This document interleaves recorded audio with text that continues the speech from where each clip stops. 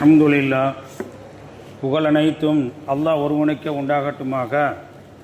அல்லாஹ்வினுடைய மாபெரும் கிருபையினால் 9ஆம் நாள் தராவி தொழக்கூடிய பாக்கியத்தை அல்லாஹு தஆலா அவர்களுக்கு தந்திருக்கிறான். அல்ஹம்துலில்லா. இந்த 9ஆம் நாள் தராவி தொழுதால் என்ன நன்மை என்று நாம் பார்க்கின்ற பொழுது, பெருமான் ரசூலுல்லாஹி ஸல்லல்லாஹு அலைஹி வஸல்லம் அவர்கள் செய்த அந்த நன்மையை அல்லாஹு தஆலா அதை போன்று இன்று தொழுத அத்தனை பேர்களுக்கும் அல்லாஹு தஆலா வழங்குகிறான். நான் மீண்டும் ஞாபகத்திற்கு கொண்டு வருகிறேன், தராவி தொழுகை என்பது நோன்புல மட்டும்தான் கிடைக்கக்கூடியது. மற்ற எந்த நேரத்திலும் இந்த தராவி தொழுகை கிடைக்காது. ஆகையினால் நாம் கிடைக்கக்கூடிய வாய்ப்புகளை, உடல் அசதியாக இருக்கலாம், கஷ்டமாக இருக்கலாம், சிரமமாக இருக்கலாம், இந்த நோன்பில் மட்டும்தான் கிடைக்கக்கூடிய ஒரு தொழுகை இருக்குன்னு சொன்னால் அது தராவி தொழுகை தான். ஆகையினால் நாம் மீண்டும் மீண்டும் அந்த தொழுகையை விடாமல் தொழக்கூடிய பாக்கியத்தை அல்லாஹு தஆலா தந்தருள் புரிவானாக.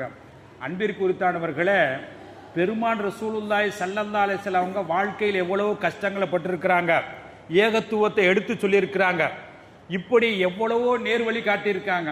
ஆனால் தங்களுடைய வாழ்க்கையில் தான் சிரிப்பை விரும்பி இருக்கிறார்கள், பிறரை சிரிக்க வைத்திருக்கிறார்கள், அதை நேசித்திருக்கிறார்கள். ஆனாலும் கூட பிறரை சிரிக்க வைத்து சந்தோஷப்படுத்தி மன புண்படும்படி செய்தது இல்லை. எப்படி என்று நான் பார்க்கின்ற பொழுது, நபிகள் நாயகம் ஸல்லல்லாஹு அலைஹி வஸல்லம் அவங்களுக்கும் தோழர்களுக்கு விருந்து கொடுக்குறாங்க. அப்போ அந்த விருந்தை ஏற்று, அதனுடைய அழைப்பை ஏற்று பெருமான் ரசூலுல்லாஹி ஸல்லல்லாஹு அலைஹி வஸல்லம் அவங்களும் தோழர்களும் விருந்துக்கு அமர்ந்திருக்கிறாங்க. இப்படி அமர்ந்திருக்கக்கூடிய தருணத்தில் ஸல்லல்லாஹு அலைஹி வஸல்லம் அவங்களுக்கு பக்கத்தில் அருகில அலி ரலியல்லாஹு தஆலா அவங்க அமர்ந்திருக்கிறாங்க. அவங்க யாருங்க?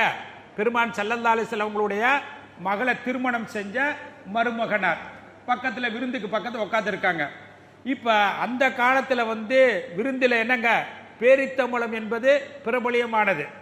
எப்படிங்க, பேரித்தம்பழம் பல வகையானது இருக்கு. அப்போ அந்த பேரித்தம்பழம் என்ன செய்வாங்க, அதை கொடுப்பது சிறப்பாக இருக்கு அந்த காலத்தில். அப்படி இருக்கப்ப அந்த தோழர்களுக்கெல்லாம் விருந்து கொடுக்கக்கூடிய தருணத்தில் பேரித்தம்பழத்தை என்ன செஞ்சாங்க, விருந்து கொடுக்குறாங்க, எல்லோருக்கும் கொடுக்குறாங்க. அப்போ எல்லா சகாபாக்களும் சாப்பிட்றாங்க. ஸல்லல்லாஹு அலைஹி வஸல்லம் அவங்களும் பேரித்தம்பழத்தை சாப்பிட்றாங்க.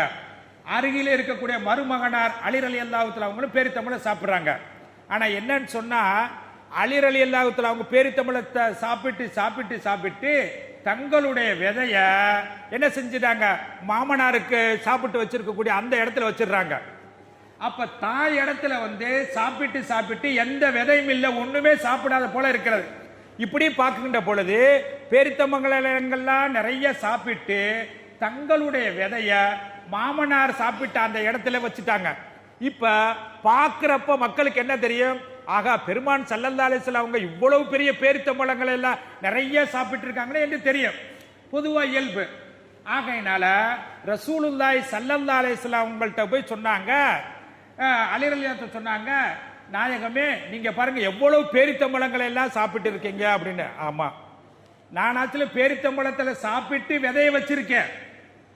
மருமகனே, நீங்க அந்த பேரித்தம்பழத்தை சாப்பிட்டு சாப்பிட்டு விதையோடு சேர்த்து நீங்க சாப்பிட்டீங்க. உடனே அந்த சபையே சிரித்து அப்படி மகிழ்ச்சியா இருந்தாங்க. அப்ப ரசூலுல்லாஹி ஸல்லல்லாஹு வெறும் தொழுகை நோன்பு இப்படி மட்டுமல்ல, வாழ்க்கையில எப்படி இருந்தாங்க அப்படிங்கிறதை நம்ம பார்க்கிறோம்.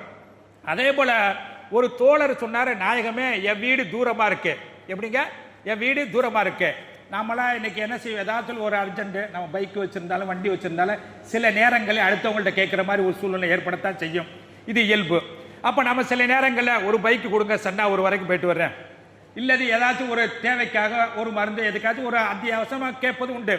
அப்ப அதே போல ஒரு தோழர் பெருமான் ஸல்லல்லாஹு அலைஹி வஸல்லம் கேட்கிறாங்க, நாயகமே எனக்கு வீடு தூரமா இருக்கு, ஏன்னா வீடு தூரமா இருக்கு, நீங்க ஒட்டகத்தை கொடுத்தா கொஞ்சம் நல்லா இருக்குமே அப்படின்னு என்ன செய்யறாங்க, பெருமான் ரசூலுல்லாஹி ஸல்லல்லாஹு அலைஹி வஸல்லம் கிட்ட கேட்கிறாங்க. அப்ப ரசூலுல்லாஹி ஸல்லல்லாஹு அலைஹி வஸல்லம் அந்த தோழரை பார்த்து சொன்னாங்க, என்கிட்ட ஒட்டகமெல்லாம் கிடையாது, ஒட்டக குட்டி தான் இருக்கு அப்படின்ட்டாங்க.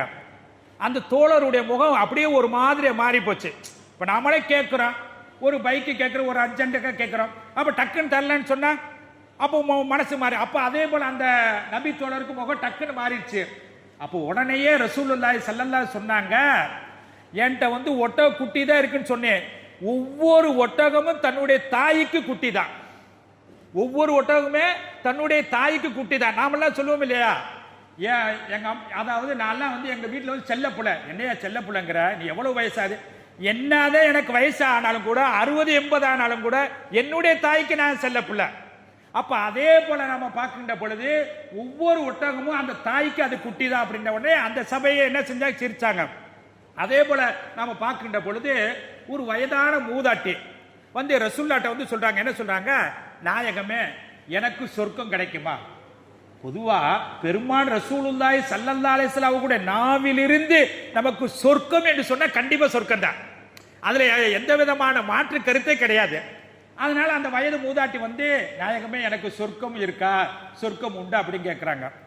அப்ப அந்த மூதாட்டியை பார்த்து ரசூலுல்லாஹி ஸல்லல்லாஹு அலைஹி சொன்னாங்க, அதாவது மூதாட்டிகளுக்கு வயசானவங்களுக்கெல்லாம் சொர்க்கமே கிடையாது.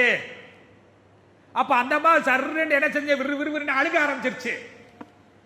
வயசான மூதாட்டி கேட்ட உடனே மூதாட்டிகளுக்கெல்லாம் வயசானவங்களுக்கெல்லாம் சொர்க்கமே கிடையாது அப்படின்னு அழுக ஆரம்பிச்சன்னையே ரசூலுல்லாஹி ஸல்லல்லாஹு அலைஹி வஸல்லம் சொன்னாங்க அந்த மூதாட்டியை பார்த்து, அம்மா வயதானவங்களுக்கு சொர்க்கம் கிடையாது தான், ஆனா அந்த வயதானவர்களை சிறு வயதாக மாற்றி அவர்களுக்கு சொர்க்கம் கொடுக்கப்படும்.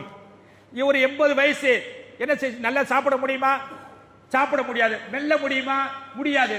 சொர்க்கங்கிறது எல்லாத்தையும் அனுபவிக்கக்கூடிய இடம். சொர்க்கங்கிறது சாதாரணமான எல்லாத்தையும் அனுபவிக்கக்கூடிய இடம். ஒரு 80 வயசுக்கு போய் கல்யாணம் பண்ணுவோமா?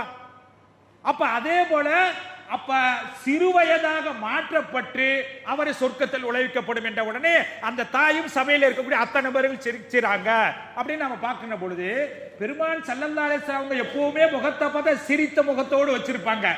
அதே நேரத்தில் தொழுகை அழைப்பாங்க, நோன்பு அழைப்பாங்க, கட்டளையை சொல்லுவாங்க. ஆனாலும் கூட பிறரை தமாஸ் படுத்துவாங்க, சிரிக்க வைப்பாங்க. பிறர் புண்படும்படியாக சிரிக்க வைக்க மாட்டாங்க. ஆகையினால் பெருமான் ரசூலுல்லாஹி ஸல்லல்லாஹு அலைஹி வஸல்லம் அவர்கள் எப்படியெல்லாம் நடந்தார்களோ அப்படியெல்லாம் நடக்கக்கூடிய பாக்கியத்தை அல்லாஹ் தஆலா அவர்களுக்கு தந்தருள் புரிவானாக.